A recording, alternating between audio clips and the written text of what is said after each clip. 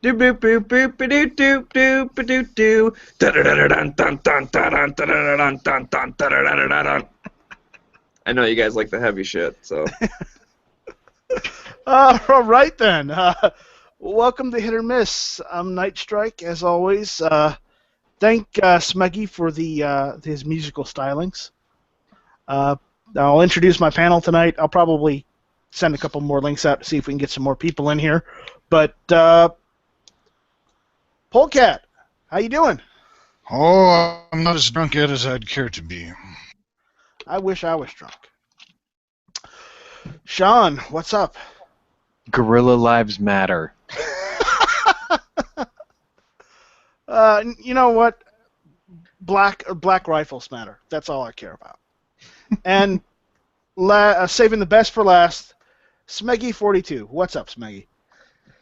How come only black rifles matter? You don't like wood rifles?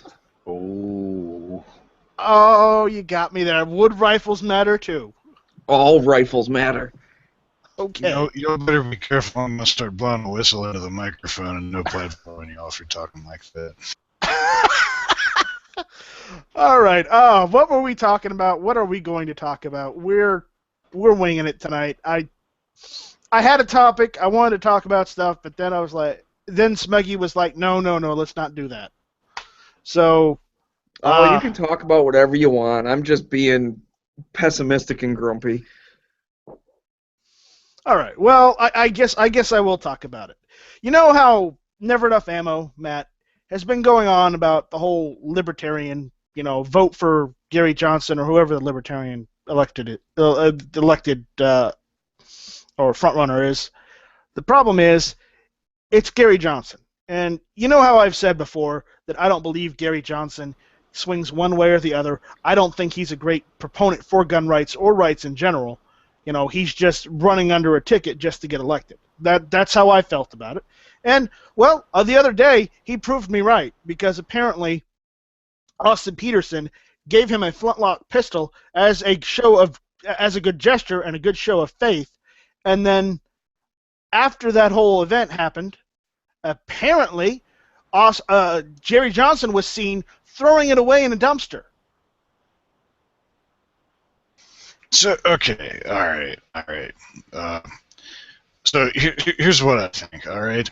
People can say, I'm not going to vote Trump, or I'm not going to vote for such and such. He's in one of the two major parties, but here's the deal, all right? The system works the way the system works. And if you want to vote for fucking Mickey Mouse, you might as well not fucking vote. You know what I'm saying? Because that's not going to make any difference. The only way that you're going to make a difference is sucking it up and voting for the lesser of three evils, or whatever, how many of our evils we have this time around. All right? And Trump may be a douchebag, but he's the least douchey of the bunch. Yeah, and that's my point. You got Gary Johnson, who says that he's a libertarian, but his voting policies and his track record has proven that he was more of a rhino than he was really a Republican or a Democrat. Okay, and then he goes and throws a gun away in the trash after it was given to him as a show of good faith and goodwill. He could have just given it back, saying, I don't swing one way or the other on gun rights. You can have this back. I don't want it.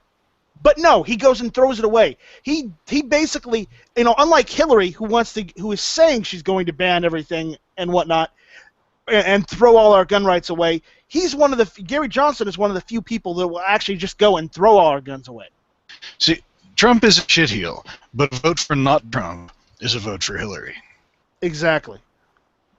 Well, hang on, though. You said something that, Gary Johnson will just throw our guns away. That's not true. Gary Johnson might throw his guns away.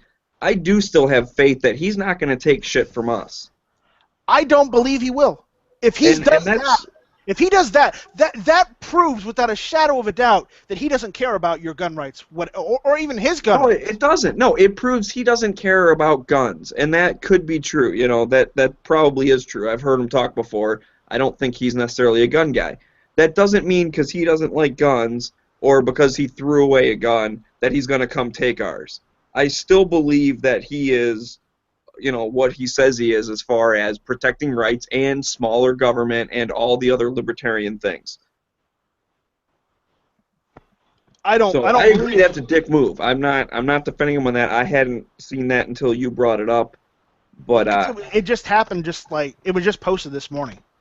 yeah. So So I agree that sucks, and that definitely. And I've said before, I've always liked Austin Peterson better than Gary Johnson. Once and I so knew have I who Austin because Peterson was. I saw Austin Peterson's speeches and his stuff on the NFA, and he was hitting all the stuff that we care about, as gun owners.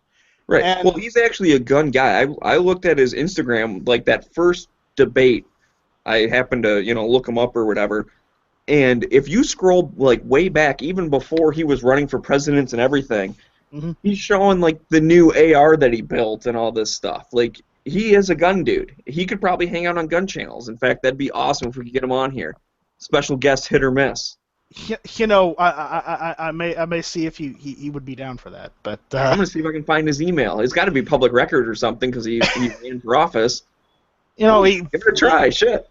hey, remember it's part of the show, hit or miss. I'd love to have him on. Don't get me wrong, because he believes in some of the same things we do. Yeah, and I also think this year he got his name out. People know him, and yeah, some of the people are like, "Oh, he's a young kid." I mean, that was one of the things they kept saying. Are you even old enough to run? He had to keep saying, "Yes, I'm 35. I am old enough to be president." I think give him like the next election cycle or the one after that, he'll be the nominee, and he'll do pretty damn good. Well, I don't know. I think he might be the nominee next cycle just because Johnson has proven that he can't get along with his own party. Yeah, and that could Right be. there. I think the thing Johnson has going for him is, again, he does still say the right things, which I know I've criticized Trump for saying the right things, and I don't believe him. You don't trust Gary Johnson or believe him. I do. That's fine. We'll find out who's right, whatever. Right. But it, he does have like that. I don't know what you want to call it, like experience or what, like credibility of being able to get stuff done. I mean, he's one of the. Yeah, he was a Republican governor, but he vetoed more bills than like any other governor in the country. So he means it when he says small government, less laws. So, and that's part I like. It's got nothing to do with guns. I just like that in general. The government that governs least is the best or whatever. I believe that. Yeah, but he may have vetoed lots of bills, but he didn't do anything to help get more people their rights back, as opposed to just keeping things as they were. Do you know what the problem with the third party right now is? This Go for is a critical failing of a third party. Is you've got a guy like Gary Johnson who's running in the Libertarian Party, and they're aiming way outside of their means. They're going straight for the White House, and what they haven't done yet is advocate for a supporting cast of Congress people to be voted in underneath their movement, underneath their party, underneath their message, underneath people who support that person who would be the president. Right now, none of this matters because a third party, any third party, has to win 5 public polls and gain at least 15% of the voter base. Without that, they will not be invited to the presidential debates, which means they do not get national coverage on national TV, which means they are technically irrelevant.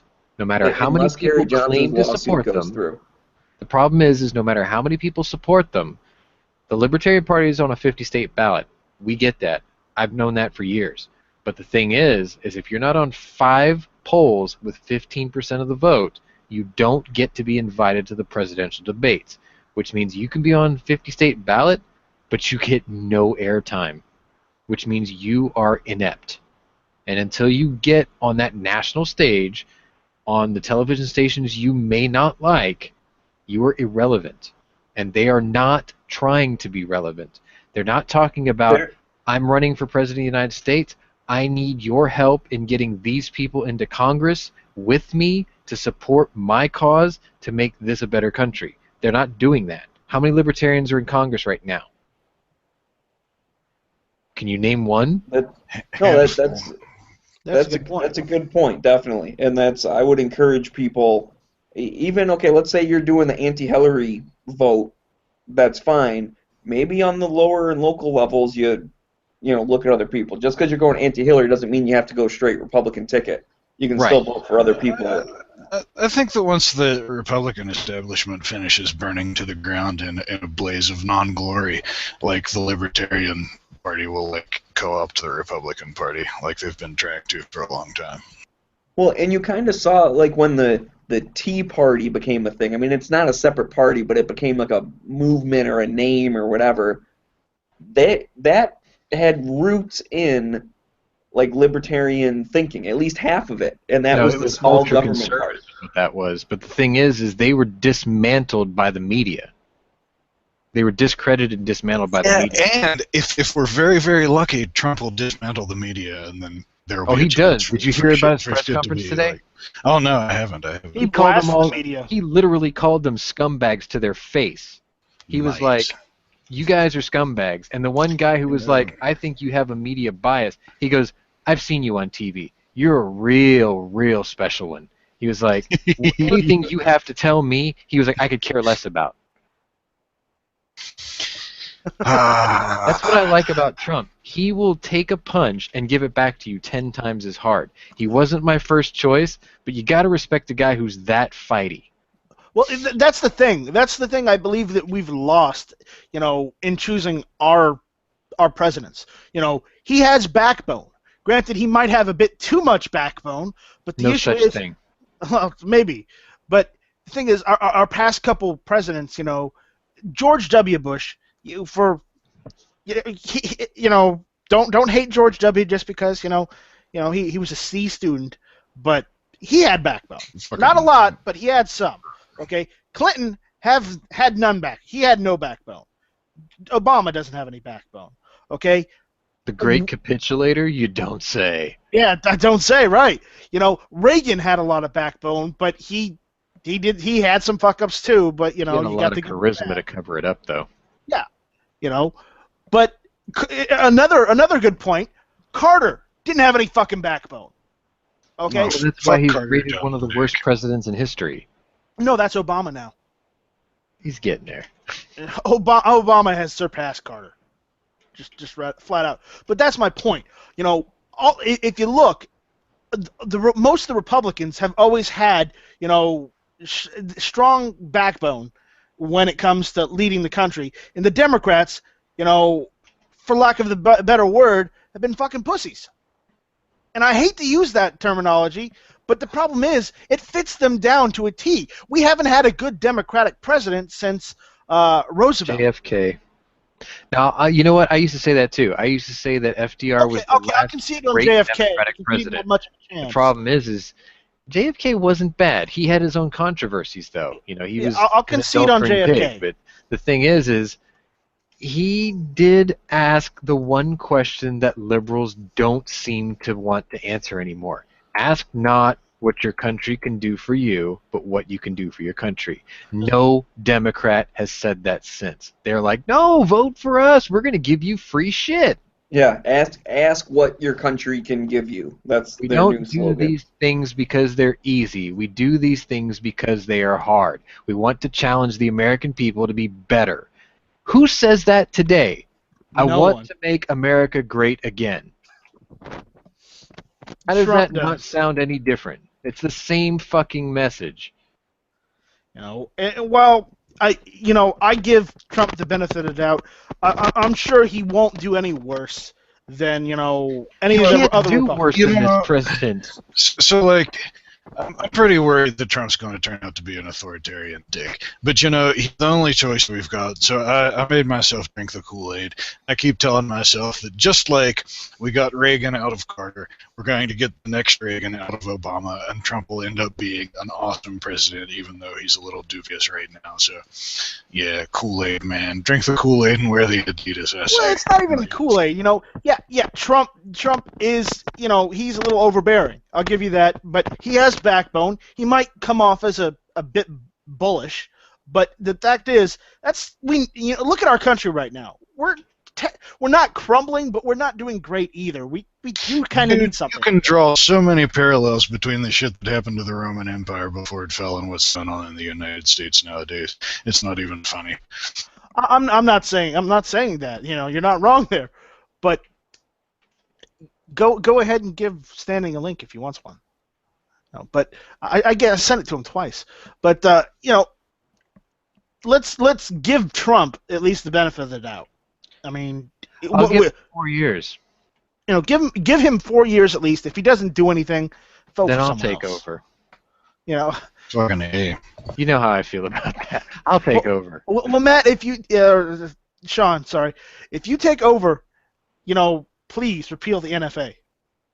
Dude, there won't be one. There won't be an ATF. Hey, dude, if you become president, can you repeal the federal government for us?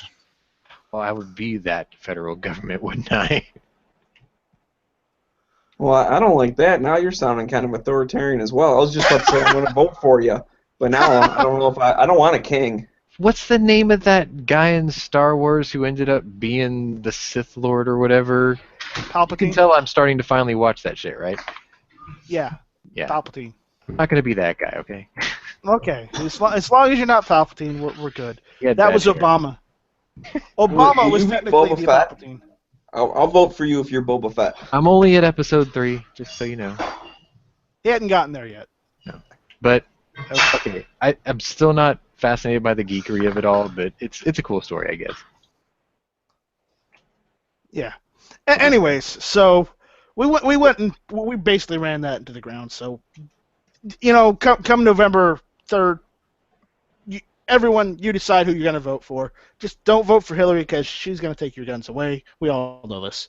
Just be aware that this is the last election where you have to decide the lesser of two evils. America you got a guy is tired of that system. I'm just going to lay it out for you like this. You got a guy who says he's for your rights, he's for guns, he's a member of the NRA, he spoke at the NRA annual meeting, and the NRA has supported him. And then you've got a libertarian guy that throws guns away, he gets his gifts. Which president do you want? Okay, now, the NRA also gave Manchin and Jay Rockefeller A ratings. Okay, so take the NRA ratings with a grain of salt, man. As much as I think the NRA does valuable work, sometimes people buy their fucking ratings, you know what I'm saying? Oh, I'm not saying that he might not have made a large contribution to get that that backing, but the fact is they backed him at the annual meeting. They allowed him to speak at the annual meeting, so he can't be all that bad. We're talking about buying ratings. Did you hear the story about Katie Couric and her adding 9 seconds of silence to the Carolina gun group or whatever she was interviewing? Yeah, there was a video. I wanted to response cover that this. I I was wanted to looking cover this. Let's talk What a about cunt that. bag, man. Cunt fucking bag. You know, Okay. Dan Rather lost his job for editing the news like this. Why does she still have a job?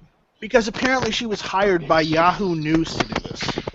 Well, Because the news isn't actually news anymore. It's feels. It's propaganda is what it is. It's propaganda for whoever has the most money to pay for whatever their agenda is. Well, the best part of that whole situation is the group filmed it without her knowing, so their version is the unedited one, and boy, did that make her look like an ass. I believe it's Epix that dropped that documentary because of all this dust up. Katie Couric, for anyone that doesn't know, Katie Couric, one of these news people, went and did a documentary on guns. Oh, she was America's sweetheart when she had her husband dying of cancer and everything, so, she can do no wrong to the American people right now. Oh, bullshit. I never believed that at all. I don't subscribe to that shit. I don't bleed for anyone. Okay? And then I don't cry for anyone.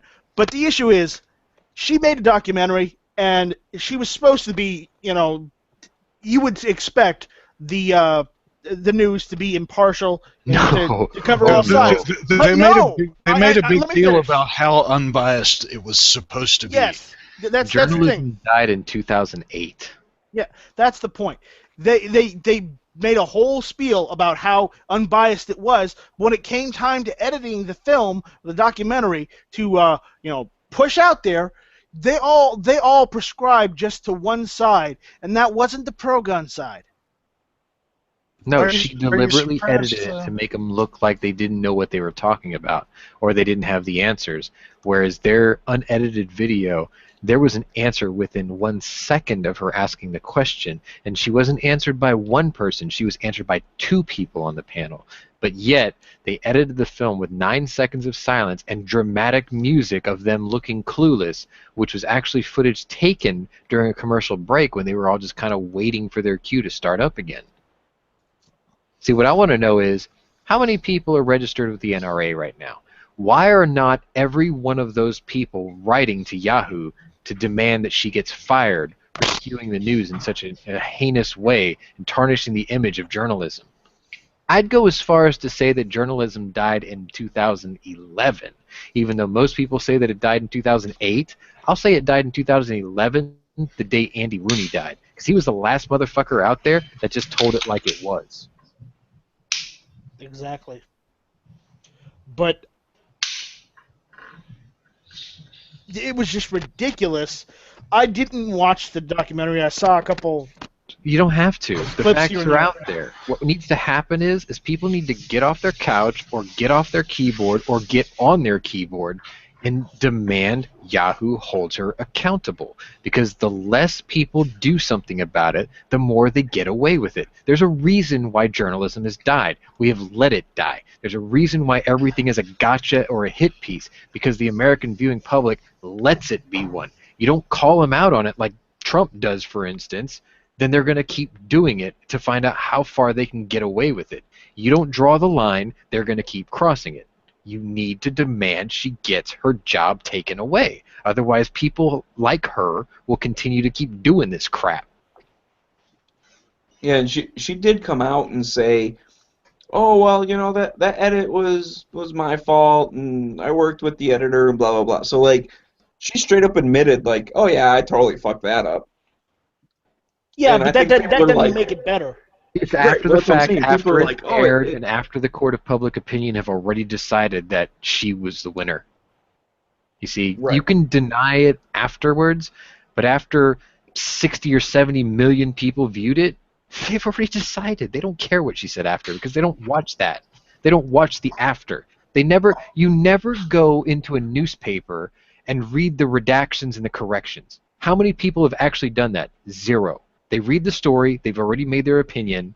The next day, your local paper, like the New York Times, they're notorious for taking all these women who Trump dated and made them look like he was a womanizing piece of shit because they took every single interview out of context. And every one of those women, including Carrie Prejean, the fucking Miss America, said, I didn't say that. You took my stuff out of context and you edited it to make it look like I was against him. And all these women in his past that the New York Times interviewed spoke out against them. And now they're being discredited as a journalistic, go-to place.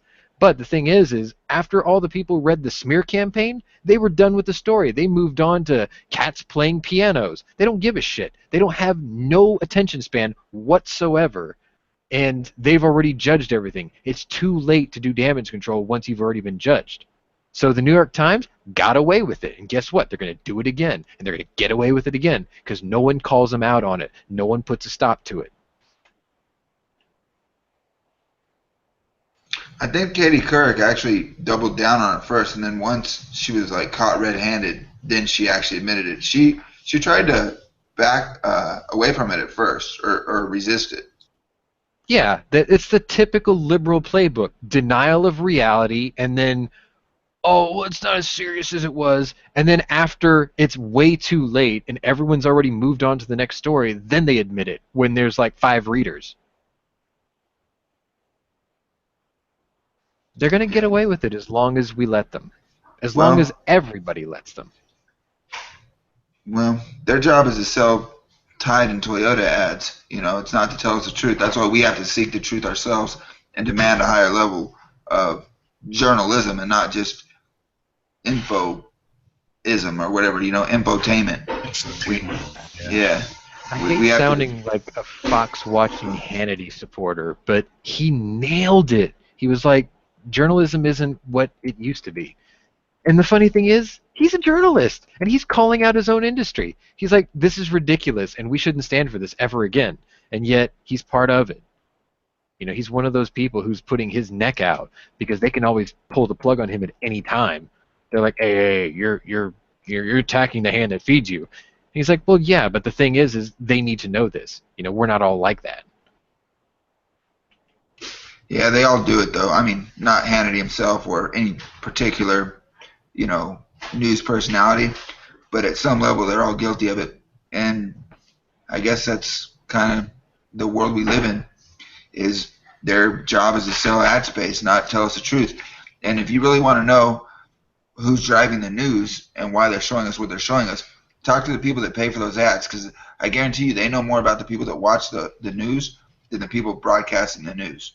Oh yeah, they all have their bias because they're all selling their ad space, and if they're going to pay you to be the face of their network or their movement, or if Tide is going to pay you to sponsor their stuff, they want to make sure that you're on board with, the way they believe things should be. It's all marketing, but isn't it kind of sad that we've come to that? It is. We're going to move on. There's another topic I want to bring up. I think we pretty much killed this one too. Yeah, fuck Katie Couric. And someone mentioned no, I don't want to touch that with a 10-foot pole. She does look haggard these days. Yeah. Someone mentioned that the people that watched that documentary, already, bought into the Kool-Aid beforehand. Right, they've prejudged the situation. You can't change their mind once they've decided. Right. So, it is what it is. I did hear about this. I want to talk about it. It happened last week on the 27th. A kid who goes to high school. He's the captain of the shotgun skeet shooting team of his high school. Apparently, they have one, which is one of the few left in the country, probably.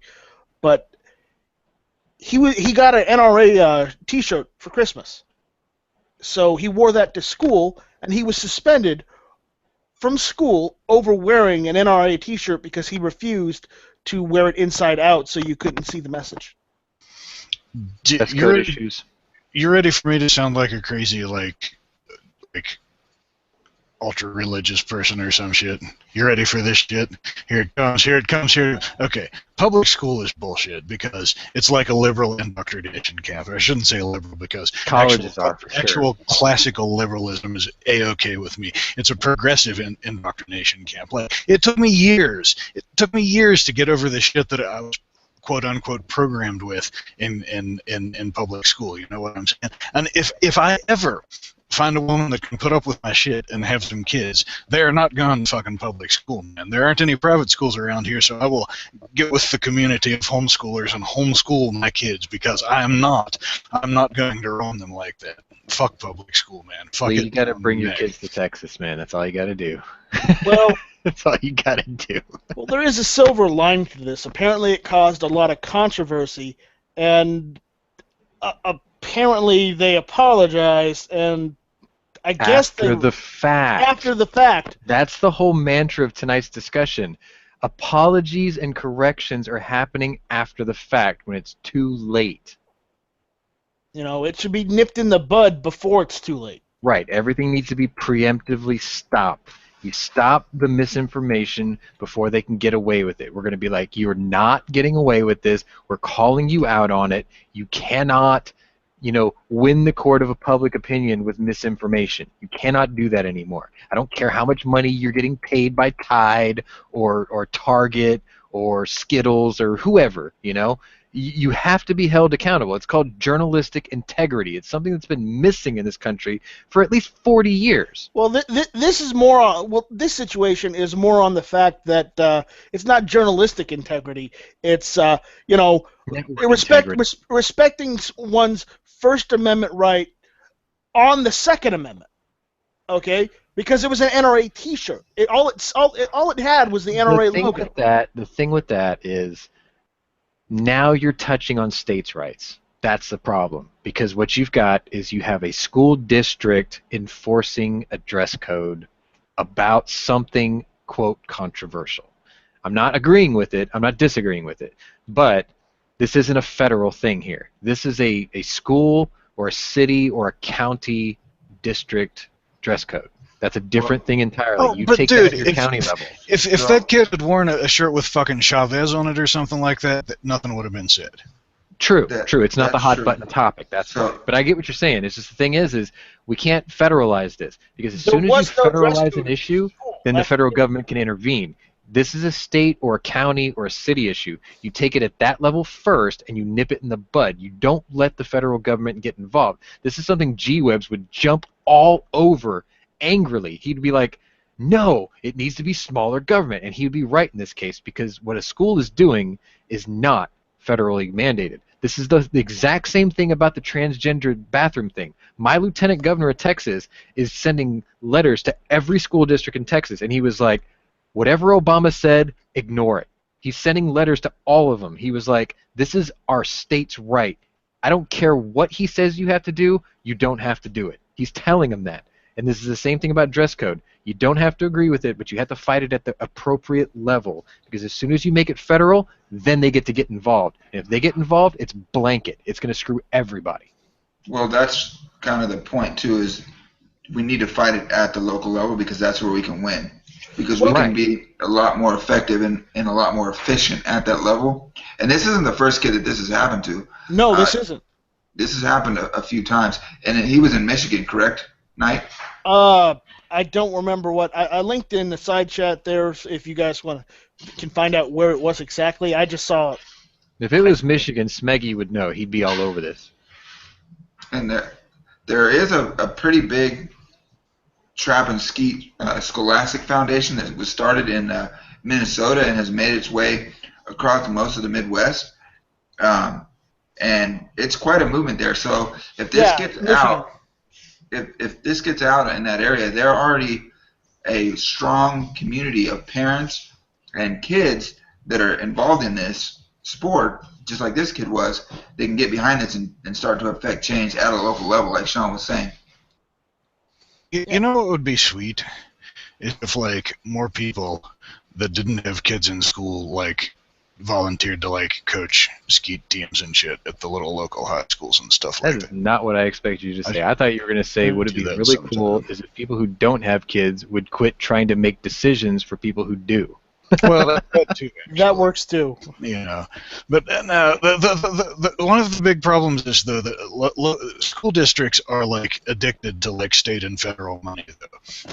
You know, so they're not going to risk losing their funding. You know what I'm saying? Yeah. So like until we like abolish the federal government, specifically all of the federal taxes, so that people have more taxes to pay in like local tax to support their local schools that way, then, you know, shit's still going to be fucked up. You know what I'm saying? There's going to be that whole like top-down like. Do you have a state lottery where you are? Yes, and that is don't even get me started like ranting about the lottery. If the state can sponsor gambling, I should be able to play fucking poker in my basement for money. Oh, no doubt. This is what I'm saying is the whole premise that allowed state lotteries was that a large portion of the funds collected were supposed to go to local education. Like when the Texas lottery was first instilled, they were like, look, half the money is going to Texas education. It's just another example of we gotta do this for the children type of bullshit. You know what I'm But saying? it wasn't think of the children. It was, no, we're just going to put the money towards it. Now, how much of it is actually going there, I can't tell you. The overhead to pay for the whole bureaucracy that runs the lottery has to be siphoning way more money out of the lottery than is actually going to the schools or the roads or whatever the hell it's supposed to be paying for. You know what I'm and saying? the other thing with the lottery stuff, you know, the best way to describe it is, let's say the state normally gives the school $10. Okay, that for whatever, $10. So the lottery comes around and they raise $6. So you think the school is now getting $16. That's not how it works. The school still gets $10, and the state gives them $4, and the lottery gives them $6. So it's not extra money for the schools. They just spend less from the state, and that money that they save, that $6 that came from the lottery and not from the state, they get to put wherever the hell they want. And that's like the biggest scam out there is the whole, it's for the schools, it's for this and that. No, because you cut their budget by exactly how much the lottery raised. So it's not extra, it's not bonus. The The thing that is, makes me you don't cut sickest the budget if you spend all the money. Like I deal with, you got to remember, in my line of work, I deal with lots of corporations and school districts. And the thing that always happens is in June, like in the next 2 weeks, I'm going to get a lot of phone calls from school districts because they're going to buy things from me. And the reason they're buying up stuff is because the way that their how do they call it? Their acquisition funding, I guess, is the best way to say it. The way that works is if they use all of it, they can make a case to ask for more of it. But if they use less of it, then they get cut. So they try their hardest at the end of every school year to spend every cent they possibly can. Even if they have to buy staplers and pencils they know they don't need, most diligent school districts will spend every penny they get so they can always ask for more. Same with Right. police departments. Police departments do the exact same thing. And they should be encouraged, if they spend less, less than budget, they should like get a bonus next year. Like, okay, you had $500 left that you didn't spend. So next year you get that $500 plus we'll throw you a little bit extra. So then that encourages them to try and save money. And that's, I know exactly what you're talking about. I do it at a hardware store. Or if How the is fucking giving them more money going to encourage them to save? or if the fucking government was smaller so that the school districts and the police departments were being funded by the communities that they serve, then the people could say, fuck you, quit spending all of our money, instead of just having the faceless state, collecting all of the money facelessly and redistributing it in the communist fashion it does, you know what I'm saying? That would be better. Absolutely, absolutely. I'm all for smaller government too. I'm all for civil servants, and I use that term. People who work for our government. Local level. The police. Even your sheriff. Remember, most of the sheriffs in the United States are elected. It's an elected position. It's not a hey, I want to be sheriff. Okay, you're sheriff. It's not like that. Everybody Right. elects their sheriffs. Right, it's not appointed. So the sheriffs actually care about the people in the the community. And they're answerable to the community that they serve, unlike the state police. Hold on, let me. Exactly. I'm not arguing that point.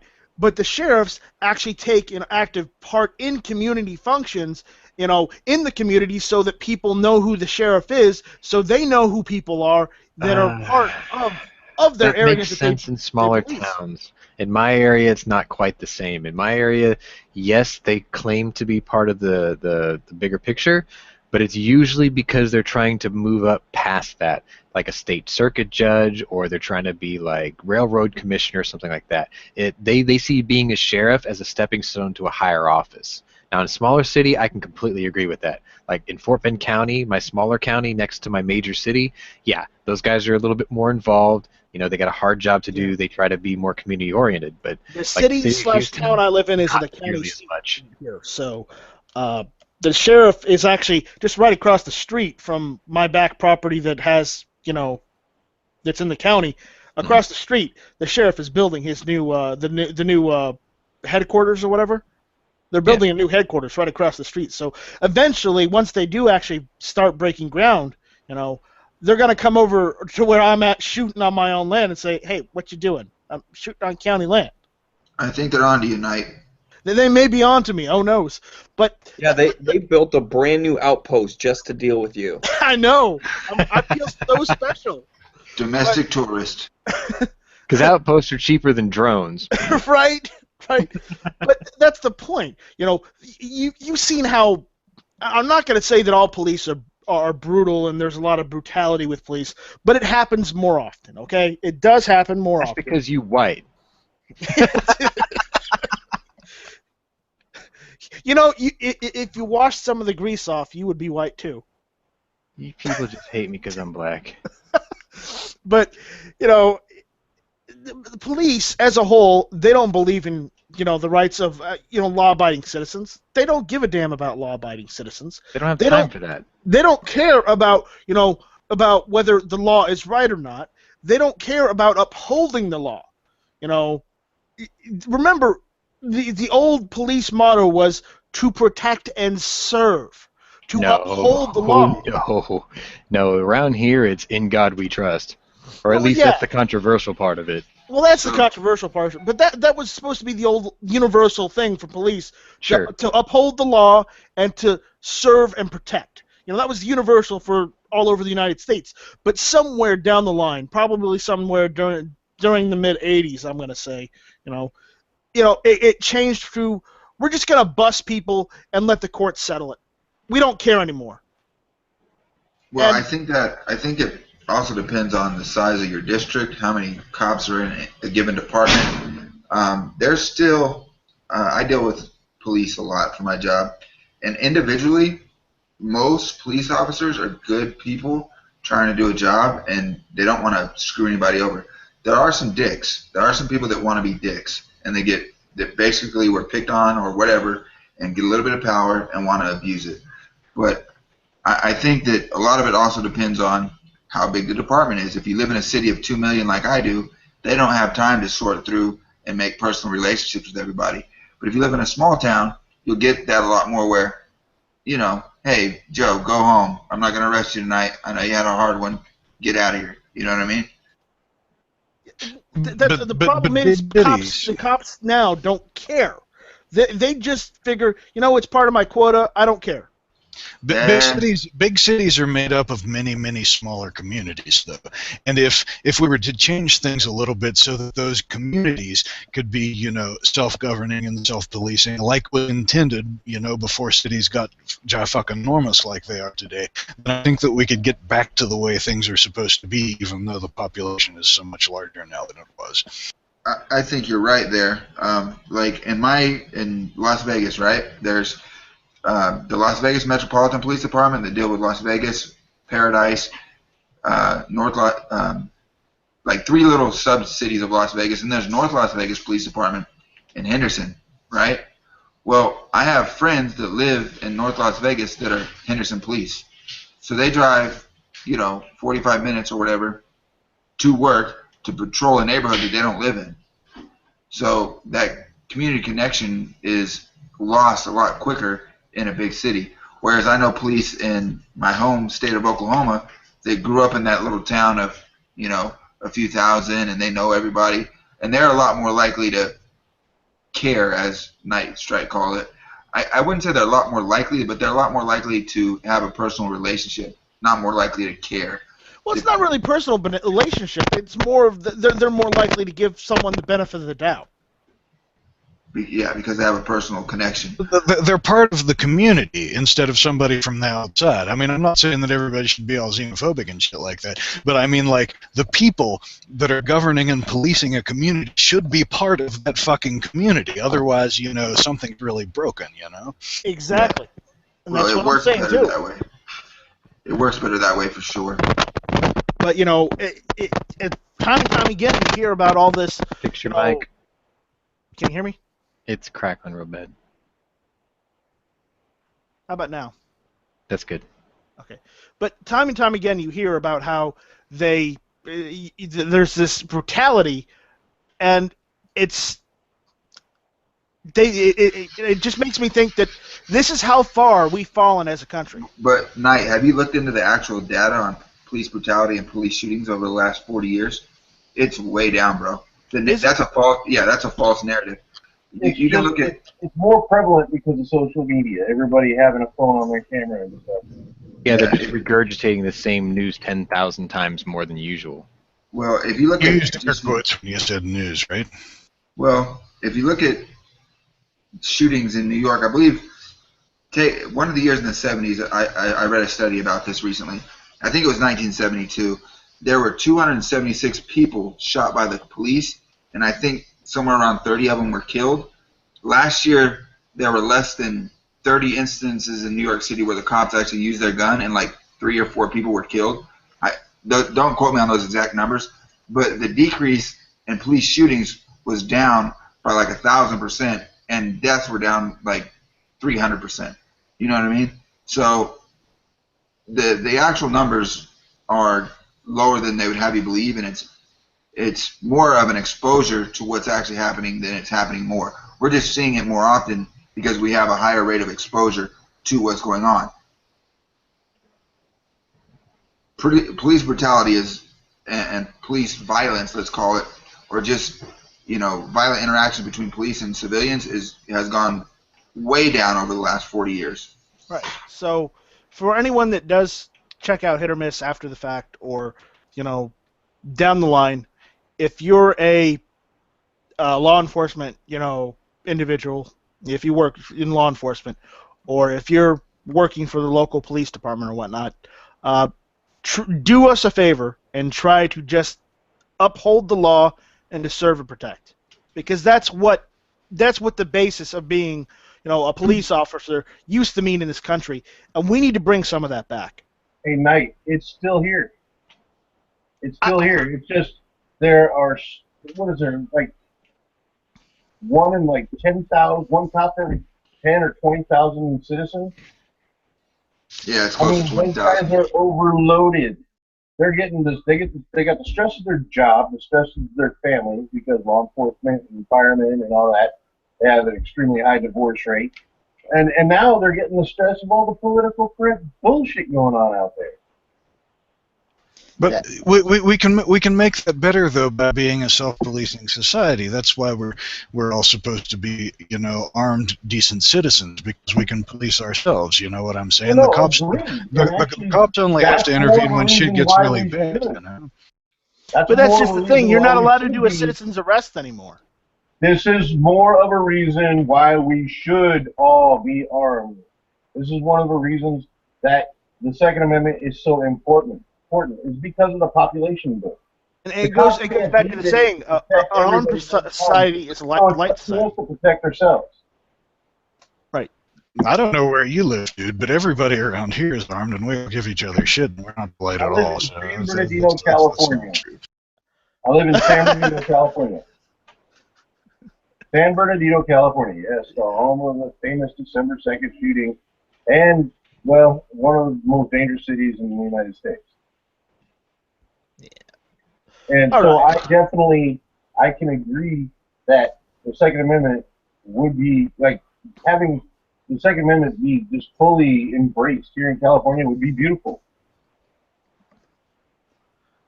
I'm with you guys on that, but you also got to understand the stresses that are on these cops nowadays. Oh, I understand. Different cops from different departments, and I mean, the issue is, I think some of these cops that are doing some of these bad things, or they're not doing the proper things. They represent a very small fraction. Yeah, yes, but hold on, let me finish. I think some of them have PTSD from their job. Well, here's the thing. What I was going to say is I don't think anybody should be able to be a street cop for more than 3 to 4 years at a time because of that exact reason. It's not a job that anybody is built to do. It's stressful. People are lying to you. People are trying to hurt you. You're dealing with the worst elements of society constantly. So you begin to have a very skewed perception and a very negative opinion of humanity.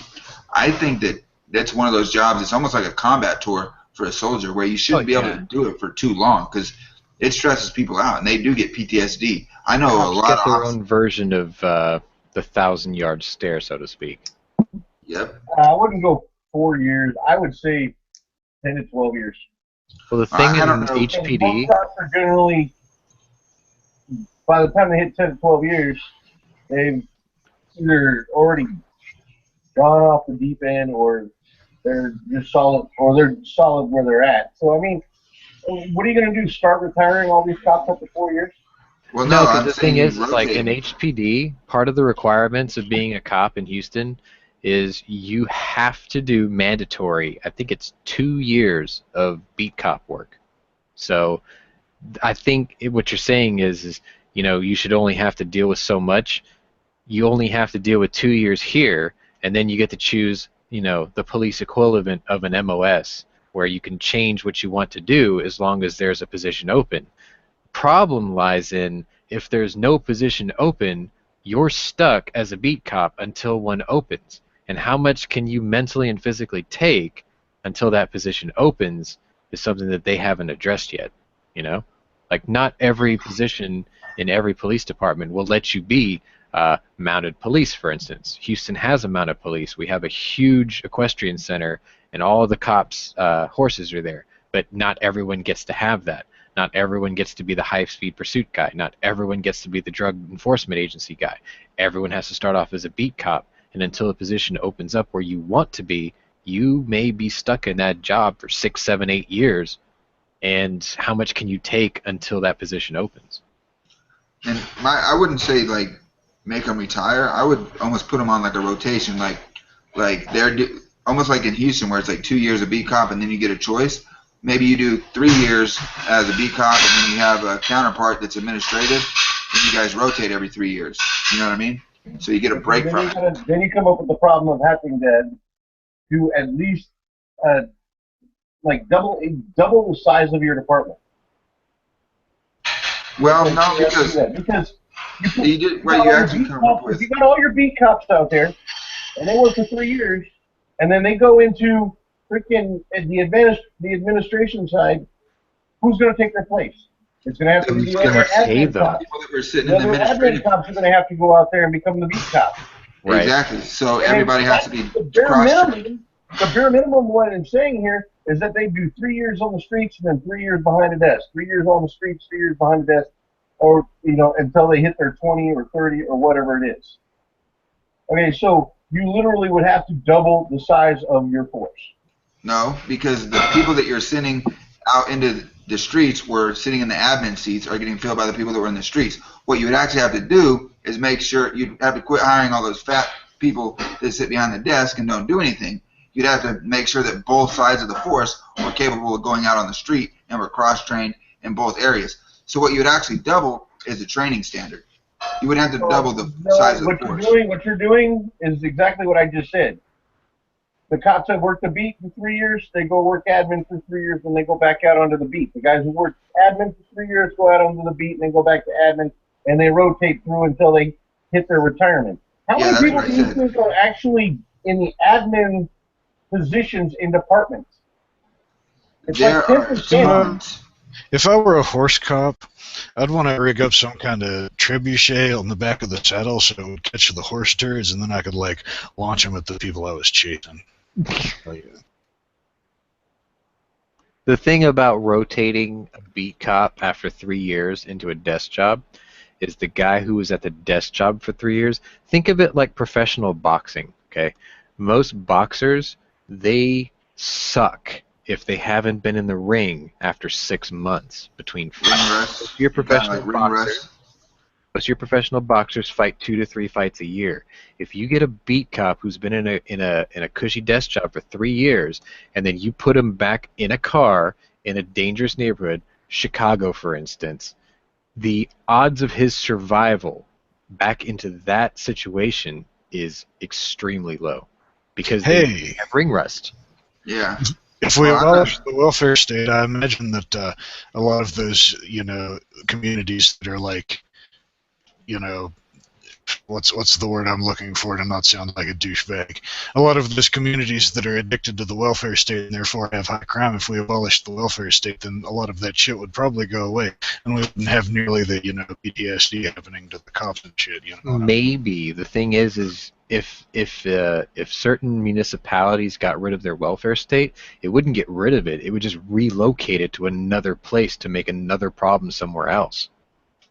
Yeah, that would take a generation. As soon as they got rid of the welfare state everywhere, then they'd have no choice but to Oh, but we can't do that because the Democrats are the majority of the voters out there. Well, that's going to take a generation to cycle through too. All I have to say is several lifetimes to get rid of that. If Booker T. Washington saw the state that the country is in today, he would be rolling in his grave. Yes, sir. Bullshit. All right. Let's change the topic. Has anybody else got a topic they'd like to talk about? Well, you don't do Q&A, so. Well, we don't get questions. I mean, it's NIGHTSTRYKE at gmail.com. If you've got a question, gun-related, politic-related, anything, please send me a fucking question. We will spare you the politics if you do. I could ask you a trolley question about 50 AE or whatever the hell that was. What was that guy talking about? No, I banned that guy and I banned his fucking IP. No. You look, you guys. If you don't want to stress over Johnny Mulders or whatever this fucking name is this week, this is very simple. Anytime you ever get that question, just give him the same answer I do. Just tell him, experiment is the absolute answer to your question. Why don't you just try it? I have an actual question related to guns. If anybody watched Guns? We don't talk about guns on this channel. What the hell? Firearms. So today in the I Hate Guns podcast, they were talking about 10 millimeter. Mm-hmm. Yeah. In the Miami shootout, and the Platt and Maddox in Miami. Everyone, I was surprised that G-Webs and Bob didn't actually know the origins of the 10 millimeter. Everyone here knows that, right? Everyone here knows the origins of 10 millimeter? No, I don't. Educate us. So 10 millimeter was developed by Jeff Cooper in the early 80s to go with the Bren 10, which was a CZ75 clone. Oh, the Bren 10, yeah. I know that one. So Jeff Cooper came up with the 10 millimeter as a high pressure, high performance round that was better than a 9 millimeter and ballistically superior to a 45. Then after the Platt and Maddox shootout in 1986, the FBI got a hold of that round and wanted to replace their 38 and 9 millimeter service weapons with it. After further testing, the FBI found that a lot of their smaller stature agents and less experienced agents couldn't handle the firearms. So what they started doing is they started downloading the rounds, making them less hot. Essentially making 40 cal. Well, there you go. Smith & Wesson sees an opportunity, steps in and makes a shortened case to save money, and makes the 40 Smith & Wesson. And that's why 40 Smith & Wesson was dubbed 10 millimeter short and weak. Mm-hmm. I'll tell you, man, if I was still working with the public every day, I'd buy myself a 10 millimeter for a carry gun. But Hey, On my they list. used to Like be to a have joke, fun. and people used to make fun of them, but Rock Island Armory this year, model 52,000, has a 16+1 double stack 1911 in 10 millimeter with fiber optic sights. That ain't no joke. I'd get that Tenfoglio or whatever the hell it is, the CZ75 clone, Tangfolio. the Witness. Yeah. that's I will EAA. buy that freaking Rock Island. I'll put my money where my mouth is. I think that thing is brilliant. So do you think the fiber optic sight will be able to handle the recoil of 10 millimeter? Because it's all. The thing is Not for long. it's all in No the one slide, break. so it's not getting any concussive force. It's just getting mechanical force. I think you can handle it. The SCI has made a 10 millimeter for a while. 17 round. I don't know if they make it in their 2011 frame. That's a good question. See, that's the thing. You gotta put performance and price, because it's gonna be. It is Rock Island's most expensive gun, but it's still half the price of a competition 1911. It's like $1,100. I mean, how many 17 round 10 millimeter 1911s can you claim can only be $1,100? I mean, that's just shocking. Yeah, I think that's With the a only one. lifetime warranty. I think that's the only one. That's So a pretty if- good deal. Maybe I'm a dumbass, but if I paid $1,100 for a gun, I would not tear it up carrying it every day. That's way too much money to pay for You like. can refinish it. I guess, but damn, I would be so worried about getting a little scratch on it that I would be like all douchey about it. Well, that's Unless only you if you want want it to to be a control- safe queen. Unless you got the money to throw $1,100 away like it's nothing, then you don't care. That's where there's always a Glock 10 millimeter. Yeah, that's 550 true. bucks. Let that bad boy roll. All right, I think we're gonna kill it. I want to thank my we panel. finally got around to talking about guns. I know. We finally started Yeah, talking you about got a guns. question You're in gonna. the lobby asking about pocket guns. Okay, what about pocket guns? Is there a pocket 10 What's a millimeter? good pocket gun? What's a good one? Yeah. I'll give you an old school example, a really old school example. It is on my to-do list. I promise you, before the end of the year, I will buy one. I will review it. I'll YouTube it. Everyone will get to see it. It was made in Torrance, California, and it was called the Cop 357. It was a 4-shot 357 pocket pepper box. I will buy one just to prove to you that is a brilliant pocket pistol.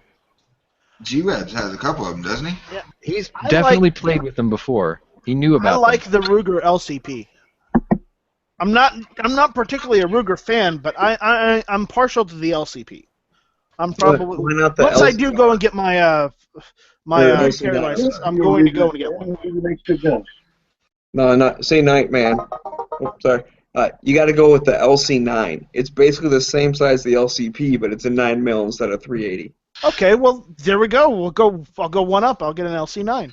I'll lose my gun channels card for saying this, but I carry the 4-inch North American Arms 5-shot 22 Magnum for a pocket pistol, and it's surprisingly accurate for what it is and kills critters quite well. I've And never, it makes you know, holes, and people don't like getting shot at because they don't know what caliber you're sending at them. the 22 Magnum is actually a nasty little round out of a rifle. It's not near as good out of a pistol because I think it was kind of designed to be fired out a longer barrel. But, you know, like, you can't scoff at 12 or 14 inches of penetration out of a rimfire. That's pretty good if you ask me. I look at pocket guns as backup guns, and backup guns are free, so whatever it is, it's better than nothing. So if it's 22 Magnum, sweet. If it's 380, sweet. If it's 9, even better. But I've got it's a all new free. combination carry. It's kind of strange because about 6 months ago I started buying semi-automatic pistols again. So I bought a compact Beretta PX4 Storm. So it was like the Glock 19 size, right? And then afterwards, within a month, I started wanting the subcompact. I don't know why. It's just, you know, I saw it and I had to have it. I'm like, screw it, I had to have it. So I traded my LCR for it, and then I got the PX4 subcompact. So I hip carry the compact, which is like a Glock 19, and then I, at the lower base of my spine, inside the waistband, I carry a subcompact, which is like a Glock 26 size.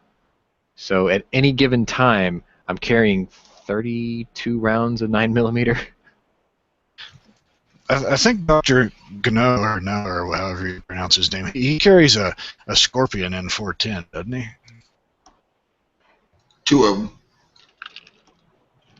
Yeah, man. See, that's why I want Jenkos to come back in style, because then I could pocket carry an AR pistol. Oh, God, and those 40-inch wide legs. Come on, man. Hey, My pocket gun's a Madu subcompact. You guys knew my old summer and winter carry. My original summer carry was my 327 Night Guard, because 8 rounds of 357 is pretty hard to argue with. And then in my winter carry, because I usually go up north, was my 6-round Ruger Super Red Hawk Alaskan in 454. So these were both shoulder rigged, but you know, they were getting a bit heavy, so I went to the Berettas.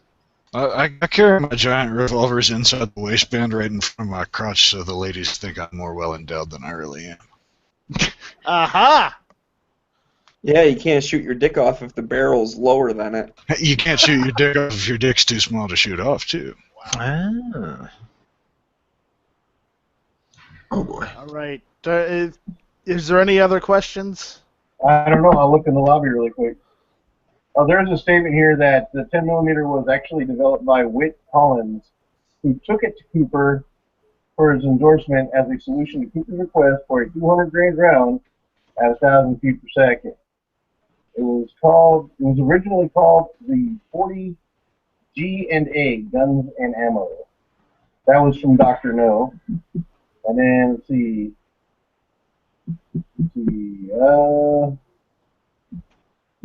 I am looking for questions and I am not seeing any. So, no more questions. Let me check the YouTube side real quick. Oh, I have to clarify from Moon what I meant by small at the back carry. It's not quite 530 down the right latissimus muscle, so it's not like on my tailbone or anything. So it's like right over your sciatic nerve. I guess. It's like I don't know. Like my Yeah, ex-girlfriend used to carry it. Away from colon My carry. ex-girlfriend used to carry it in what she called the dimples of Venus. So it was like right down the small of the Set back, up the crack of her. Oh, the small of her back. Okay, Yeah. gotcha. where those little dimples are. That's like I call it the 530 position, but it's like my hip carry. Both grips are pointing towards each other. So like my hip carry is pointing towards the back, and then the 530 is pointing towards my hip. So I can reach both relatively easily. Well, you could always just carry like Nicolas Cage did in Face Off. All I right, have there aren't two any 1911s. questions. So, It's funny you mentioned that though, because once upon a time, when I had my Ruger SR 1911, I did want to get the Night Watchman version and carry two like that, just as like range queening or whatever. But like I wouldn't daily carry that. That's a lot of weight. I would. Night Strike sounds tired. Did we give you too much shit this time? He's No, already you got didn't. his warm milk. The questions are done. It's time to go to nappy time with his shotgun. He keeps racking away at it. Yeah, Knight. Let's hear that shotgun, buddy. I wasn't gonna rack it again. That's just it. That's because you're not getting Dat Stevens shut up. money though. You weren't gonna rack it again with your mic on. That's all. You're probably racking it every time you're muted. I am not. Yep. Okay. There you go. But, anyways, any other questions, or you guys want to bring up anything or talk about anything? I'll keep going if you want. Is Hillary a cunt? Hillary is a gigantic. I've decided got one more thing, Larry. That's affirmative. The only thing I can tell you for sure today, based off of actual numbers, is the gap between Hillary and Trump is now down to 2%. I thought he was beating the hell out of her. What happened? She was 4 points up on a national poll a week ago. Now she's only 2 points up. And this is before he even started to get to work in on her. I think after the Republican convention. Like a week ago? Wasn't it like a week ago Trump was actually up on her by 4 points? In some states, yes, but on a national poll, she was up by 4. Now she's only up by 2 nationally, and the good news is this is before the Republican convention. Imagine what's going to happen after. He's going to just, balls to the wall. Everything is going to be anti-Hillary at that point. Right now, he's just still campaigning. I can also guarantee you that the gap between Hillary's calves and ankles is now closed. 100% I kink. got one more for you, Knight. All right, I'm ready for it. My. I couldn't hear. It's too quiet. I heard a rifle and a pistol. So we're gonna do this shit, huh? Let me get my magazine out here. Did I just join the literal gun channel talk singing? Is this an AK or is this a shotgun? That's an AK. Is it? No. Do it again? That's a lever action? Shit, now I'm not sure. It's not an AK. It is. It's a Viper 12. See? Because I heard a lot of grit through the receiver, and I'm like, that's got to be an AK of some sort. A Viper 12, huh? It sounded too metal clanging. I don't know. It No, sounded like I was imagining like the recoil spring and the whole, everything underneath the dust cover banging into each other. That's what I heard. I'm like, that's got to be AK related. All right. All right. What's this? That's a bolt action of some kind, but I don't know what. Maggie, do it again. Oh yeah, that's a bolt. That's a Nagant. Nope. No? Shit. Ruger American. Ruger American. Okay, you got me. All right. How about this one? It's iconic. Oh god. Is that your little break action 38? No, it is not. Beretta. Nope, it's not the Doesn't have Beretta. any. Oh, you got a Beretta? The 92S. Ooh. It's small, whatever it is. It's not small, actually. Really? Yeah. It's my 1911. 45 ACP, or as on gun channels, as we like to call it, 45 AAR. 45 AARP. Yes. All right, Standing. Just tell us. What? I'm not gonna guess. What is it? Nothing. See, the problem with most of my wheel guns is they all sound the same. All right. Well, there you go. One more night. Hang on. Don't you end yet. Okay. So what is this? Can't hear it. It doesn't make that much noise. Smeggy stepping on a pillow. It's Peggy working his zipper.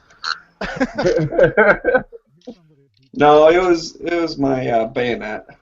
Oh, yeah, we're going to hear that. We're gonna hear that. Yeah, is that what I you're thought- calling it nowadays, Smeggy? Giving new term to the new meaning to the term cocked and locked. Oh, all right. If you guys are gonna be like that, I'm gonna pull out the big one. Oh boy. All 3 inches of it. Yeah. It's so big. What is that? This is becoming strangely weird. You're yanking on your AR charging handle, aren't you?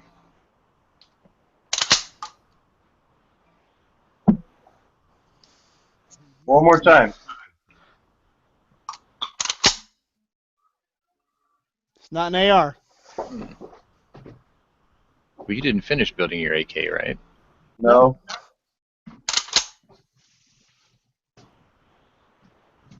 Is that an empty shotgun? Nope. Okay, well, because no shotgun should be empty. What is it, your fucking Beretta or your 1911?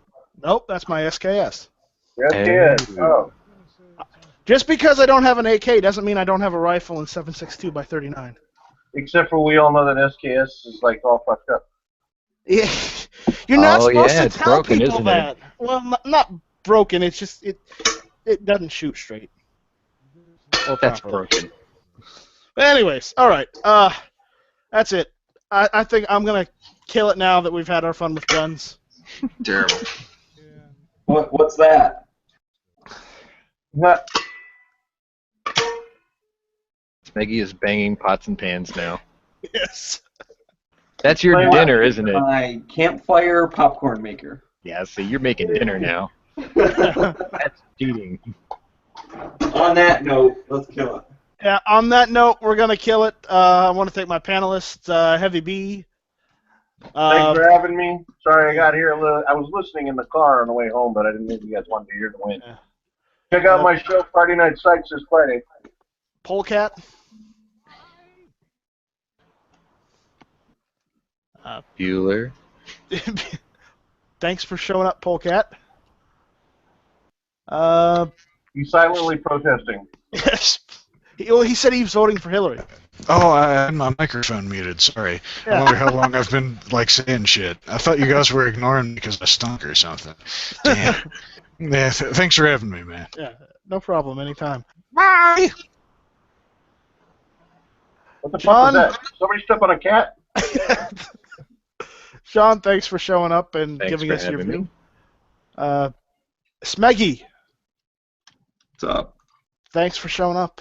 I know you took time out of your busy schedule Yeah. to Oh yeah. you know, So visit. friggin', we came in last place on trivia. Before the final question, we had 29 points. We wagered 20 points, lost all of them, so we finished with 9 points. Ouch. Awesome. Yep. But my final answer was Thunderdome. Nothing to do with the question, but that's what I wrote down for the answer. 2 men enter, 1 man leaves. Does All that mean right, one of and them gets a sex change? I don't even want to touch that topic. Last but not least, Standing, thank you for jumping in last minute. Hey, I appreciate it. Always good talking with you guys. Thanks for having me. All right, no You problem. might want to consider changing your name for, like, sitting on the second. Sounds more comfortable. I have Standing one guard, closing man. comment. There was a TV show on the BBC called Hit or Miss that was about a transsexual hit woman. Oh, God. Damn it, you Oh. found our secret. I was just gonna say that's. How did you know about my early work? All right, I'm changing the name. I've been Before following he your was career Michael since you were a Bolton. teenager, Mickey. It's before you were legal. Suddenly, Ooh. I just became more interested in this show. Like, You infinitely. just All right. become a permanent panelist. All right, as PBR would say, push the button, Frank, and I'm pushing it.